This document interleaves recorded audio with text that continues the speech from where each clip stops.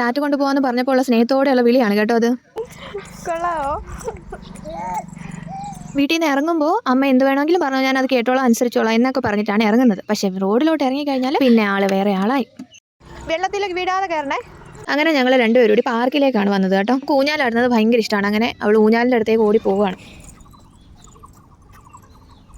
ഇന്ന് രാവിലെ ഇവിടെ നല്ല മഴയായിരുന്നു കേട്ടോ. അതുകൊണ്ട് ഇപ്പോൾ ഊഞ്ഞാലാടാൻ പറ്റില്ല. അതിൻ്റെ താഴെ മൊത്തവും വെള്ളമായി. അങ്ങനെ പിന്നെ അവിടെ നീ പോരുന്നു. പിന്നെ ഒരു കുതിരയുടെ പുറത്ത് കയറ്റി. പക്ഷെ അതിലിരിക്കുന്ന അവൾക്ക് ഇഷ്ടപ്പെട്ടില്ല. അങ്ങനെ പിന്നെ അതിൽ നിന്ന് ഇറങ്ങിയിട്ട് കുറച്ച് നേരം പാർക്കിൽ കൂടെയൊക്കെയാണ് നടന്നു. എന്ത് വേണം? എന്തുവാ? ഊഞ്ഞാല് വേണോ?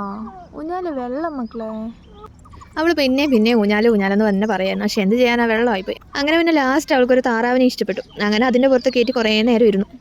അങ്ങനെ പിന്നെ കുറച്ച് നേരം കഴിഞ്ഞപ്പോൾ ഞങ്ങൾ അവിടെ നിന്ന് ഇറങ്ങി കേട്ടോ. വീട്ടിലോട്ട് അവൾ നടക്കുന്നില്ലായിരുന്നു. അങ്ങനെ ഞാൻ അവളെ എടുത്തു.